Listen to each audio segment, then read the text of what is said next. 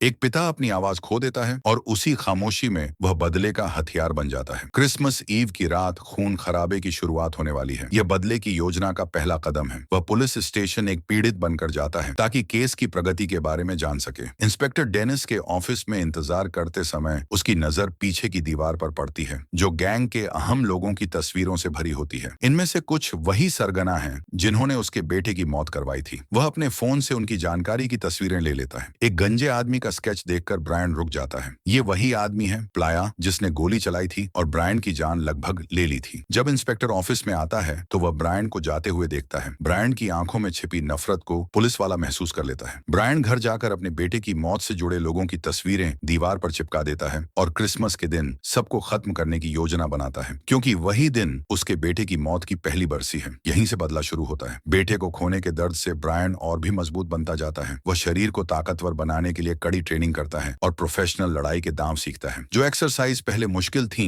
अब वह भारी ट्रेनिंग आसानी से कर लेता है। वह एक पुरानी टूटी फूटी कार खरीदता है। वाइपर जब शीशे से धूल हटाते हैं तो वह उसकी बदले की सोच जैसा लगता है, धीरे धीरे साफ होता हुआ। घर लौटकर वह कार में बदलाव करना शुरू करता है। रोज हथौड़े की आवाज गूंजती रहती है। उसकी पत्नी जानती है कि ब्रायन अपने बेटे का बदला लेने की तैयारी कर रहा है। वह समझती है, लेकिन उसे रोक नहीं पाती। सिर्फ ताकत होना काफी नहीं है। सही निशानेबाजी के बिना वह अपराधियों को सजा नहीं दे सकता। शुरुआती अभ्यास में बुरे नतीजे आने पर वह हथियारों को ध्यान से सीखने लगता है। कई दिनों से मानसिक तनाव झेल रही उसकी पत्नी भी धीरे धीरे टूटने लगती है। उस रात वे दोनों बिना कुछ कहे पूरी रात एक दूसरे को थामे रहे, बस एक दूसरे से सुकून लेते हुए। पत्नी अपने पति को समझती है और पति भी साफ समझ जाता है कि उसकी पत्नी उसे छोड़कर जाने वाली है। ऐसा नहीं है कि उनके बीच प्यार खत्म हो गया है, बस शायद कुछ समय के लिए अलग रहना ही बेहतर है। आंसू पोंछते हुए वह अपना सामान उठाती है और घर से बाहर चली जाती है। पत्नी के जाने के बाद ब्रायन को आगे की चिंता नहीं रहती। दरअसल ब्रायन का एक खुशहाल परिवार था, पति, पत्नी और बेटा। पूरा परिवार पिछवाड़े में खुशी खुशी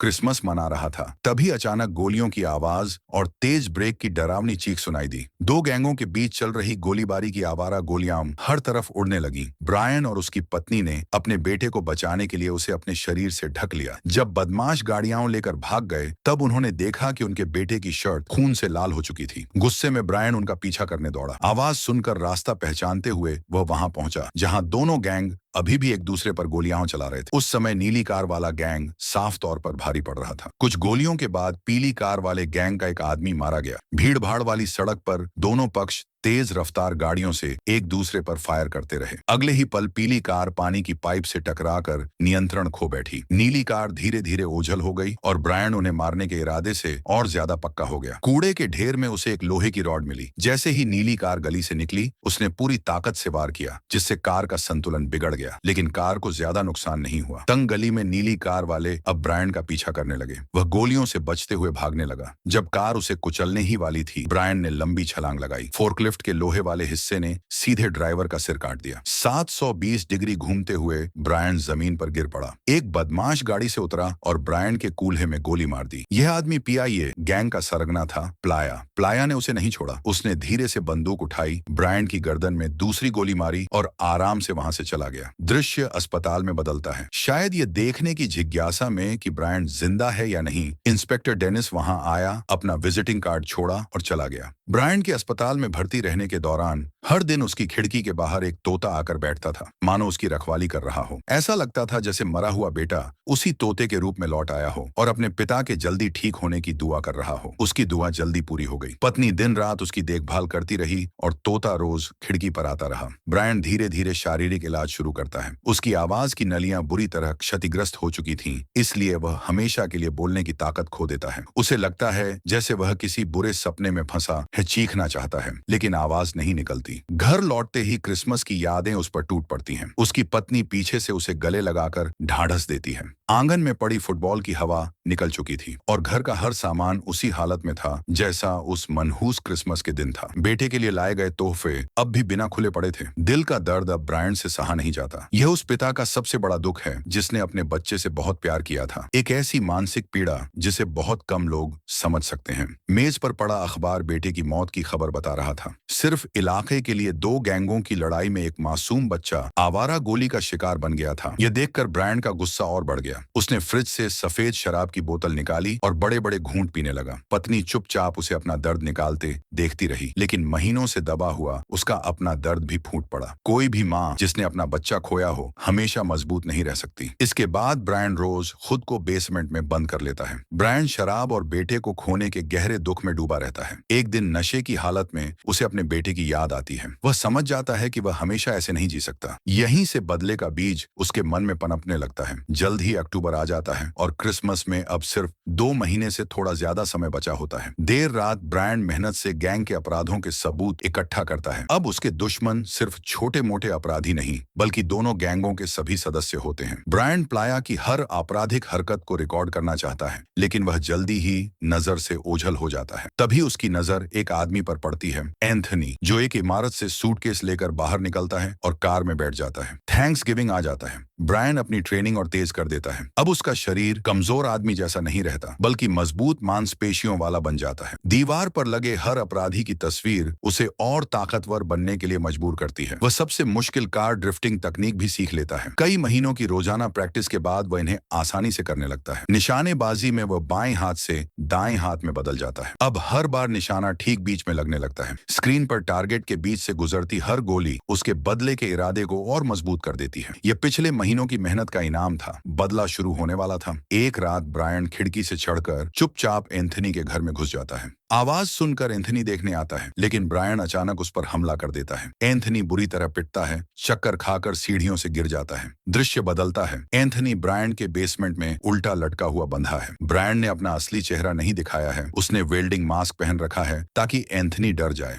उस समय एंथनी ब्रायन के हाथों में बंधा एक जानवर जैसा था। दीवार पर चिपकी गैंग की अपराधी जानकारी देखकर एंथनी समझ जाता है कि वह खतरे में है, लेकिन उसे यह समझ नहीं आता कि उसने किस मौत के देवता को नाराज कर दिया है। ब्रायन पहले से छपे सवाल सामने रखता है और एंथनी को उनके जवाब लिखने के लिए मजबूर करता है। ये सवाल गैंग के अपराधों और पैसे की हेराफेरी से जुड़े होते हैं। एंथनी विरोध करने की कोशिश करता है तो ब्रायन उसे चाकू दिखाकर धमकाता है। इससे एंथनी बुरी तरह डर जाता है। चेतावनी देने के लिए ब्रायन चाकू उसके बिल्कुल सामने जमीन में घोंप देता है ताकि वह कोई चाल न चले। एंथनी दिखावे के लिए मान जाता है, लेकिन अचानक खुद को खोल लेता है और झट से चाकू पकड़कर ब्रायन पर वार कर देता है। खतरा इतना अचानक आता है कि ब्रायन संभल नहीं पाता। उसकी टांग में गहरा घाव लग जाता है। दर्द सहते हुए ब्रायन एंथनी से लड़ता है। यह ब्रायन की पहली असली लड़ाई थी, इसलिए उसका अनुभव अभी कम था। यह लड़ाई उतनी आसान नहीं थी जितनी उसने सोची थी। एक ऐसे गैंगस्टर से लड़ना जो रोज लड़ाई करता था ब्रायन के लिए बहुत मुश्किल साबित हुआ, लेकिन किस्मत, जबरदस्त पलटवार और हिम्मत की वजह से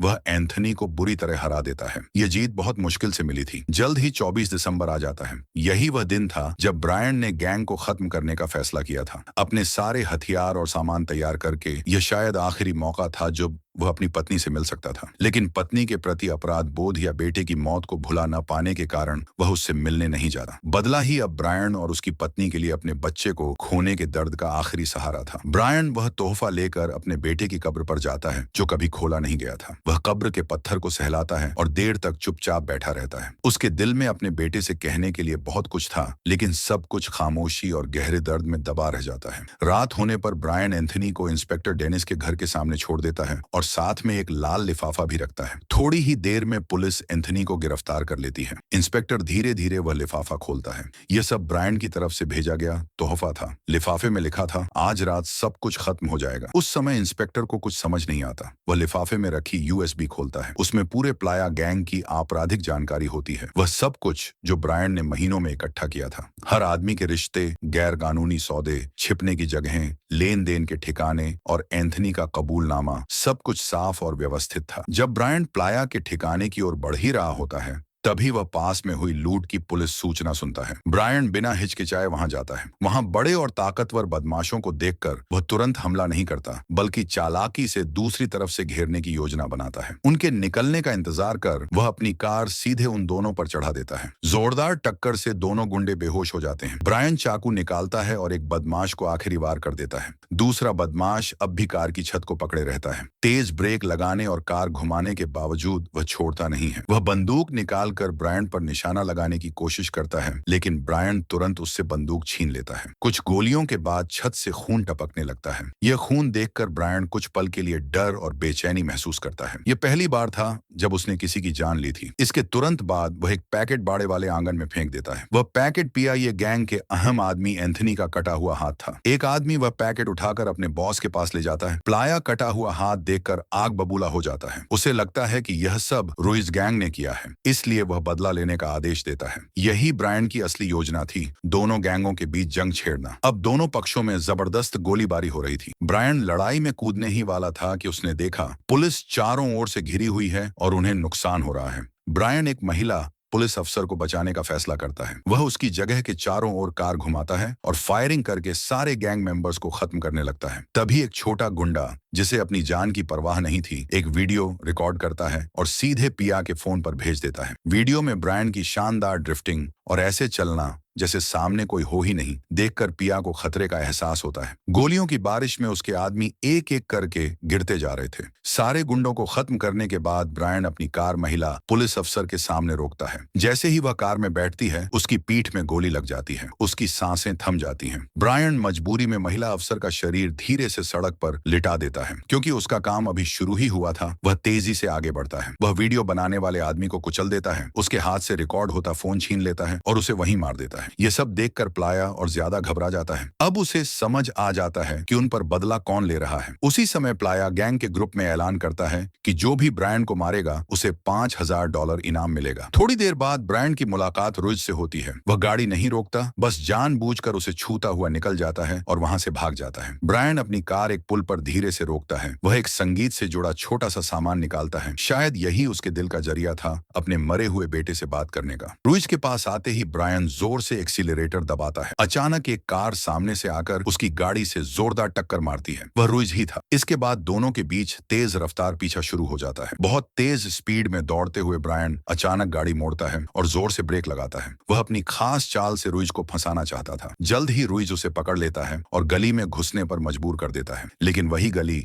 हथियारों की गैरकानूनी डील का अड्डा निकलती है। अगले ही पल ब्रायन उनकी गाड़ी में सीधी टक्कर मारता है और उसे आगे तक घसीटता ले जाता है। दोनों तरफ से दब जाने के कारण हालात मुश्किल हो जाते हैं। वह जोर से ब्रेक लगाकर आगे वाली गाड़ी से बचता है और फिर बंदूक से लगातार फायर करता है। सारे गुर्गों को मारने के बाद अब रुइज से निपटना उसके लिए आसान हो जाता है। ब्रायन नई चाल अपनाता है, पूरी रफ्तार से गाड़ी चढ़ाकर रुइज को दूर उड़ा देता है। इसी दौरान इंस्पेक्टर डेनिस पुलिस रेडियो पर सुनता है कि दोनों गैंग एक दूसरे को खत्म कर रहे हैं। उसे समझने में देर नहीं लगती कि यह सब ब्रायन का काम है। वह सोचता रहता है कि ब्रायन ऐसा क्यों कर रहा है। काफी सोचने के बाद उसे पिछले साल ब्रायन के बेटे की मौत का केस याद आ जाता है। उधर हल्की रोशनी और मधुर संगीत के बीच प्लाया एक खूबसूरत युवती के साथ मौज मस्ती कर रहा होता है। तभी पिया अपने सारे आदमियों को वापस बुला लेता है। ब्रायन अभी अभी सींग कबाब खाकर खत्म ही करता है कि उसे खबर मिलती है प्लाया ने अपने सारे लोगों को ठिकाने पर बुला लिया है। वह अपनी चमड़े की जैकेट पहनता है और पूरे रौब में तैयार हो जाता है। तीसरा दौर अब आधिकारिक तौर पर शुरू हो चुका था। सारे गैंग मेंबर ठिकाने की ओर बढ़ रहे थे। उसी समय ब्रायन अपनी युद्ध की सवारी यानी कार से उनके पीछे पीछे चलता है। जैसे ही रोलिंग गेट बंद होने वाला होता है, वह तेजी से गाड़ी दौड़ाकर अंदर घुस जाता है। ब्रायन को अकेला समझकर कम मत आंको। उसकी निशानेबाजी बहुत शानदार थी। जब पिस्टल कम पड़ने लगी तो उसने शॉटगन निकाली और पेट्रोल लीक कर रही एक बाइक को उड़ा दिया। जोरदार धमाका हुआ। इसके बाद उसने नीचे की मंजिल के गुंडों को जल्दी ही खत्म कर दिया। नीचे का काम निपटाकर वह छत तक पहुंच जाता है। गैंग की मदद आने से रोकने के लिए वह वहां एक बारूदी जाल लगा देता है। शोर की ओर बढ़ते हुए उसकी फिर से रुइज से मुठभेड़ होती है, जो अब तक जिंदा था। शरीर के मामले में ब्रायन रुइज से थोड़ा कमजोर था, इसलिए वह जल्दी ही मुश्किल में पड़ जाता है। जैसा ब्रायन ने सोचा था, बारूदी जाल फटता है और कई लोग उड़ जाते हैं। धमाके से रुइज का ध्यान भटकता है और ब्रायन को पलटवार का मौका मिल जाता है। कई गोलियां लगने के बाद भी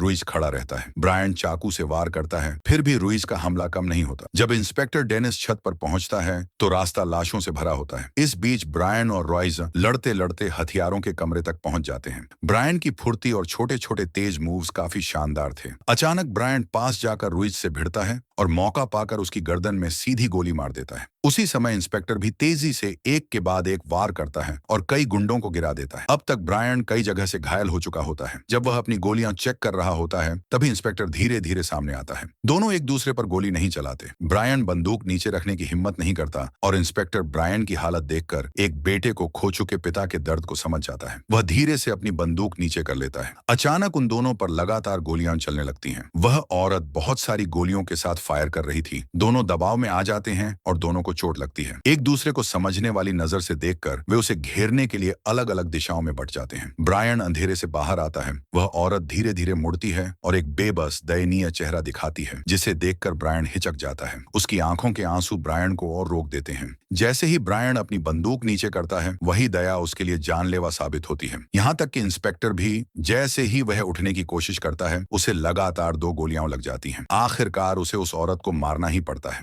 ज्यादातर लोग अपनी एक पल की झिझक की कीमत चुकाते हैं। खून से सनी बंदूक हाथ में लिए ब्रायन प्लाया के कमरे में जाता है। उसी समय प्लाया भी सामने आ जाता है। ब्रायन बुरी तरह घायल हो चुका था और लड़ने की ताकत लगभग खत्म हो गई थी। कई गोलियां लगने के बाद भी वह अपने दुश्मन के सामने मरने को तैयार नहीं था। प्लाया उसे बंदूक की नोक पर ले लेता है। तभी संकट के उस पल में इंस्पेक्टर प्लाया पर गोली चला देता है। उसी मौके का फायदा उठाकर ब्रायन अपनी बची खुची सारी ताकत से प्लाया पर हमला करता है और उसे वहीं मार देता है। इस फिल्म में एक भी संवाद नहीं है। ये फिल्म किरदार की अकेलेपन और दबे हुए दर्द को दिखाती है, साथ ही बच्चे को खोने की असहाय पीड़ा को भी महसूस कराती है। ये एक ऐसी फिल्म है जहां खामोशी गोलियों की आवाज से भी ज्यादा असरदार लगती है। संवादों का न होना कोई कमी नहीं, बल्कि यह एक गहरी मनोवैज्ञानिक ताकत है जो ब्रायन को ऐसे संसार में अकेला कर देती है जहां सिर्फ दर्द और नफरत बची रहती है। आंसुओं भरे शब्दों के बिना यह फिल्म एक पिता की भावना को उसके कामों से बयान करती है। एक खुश इंसान से ब्रायन धीरे धीरे एक मारने वाली मशीन बन जाता है। आज की कहानी यहीं खत्म होती है। देखने के लिए धन्यवाद। आपको यह फिल्म कैसी लगी नीचे कमेंट करके जरूर बताइए।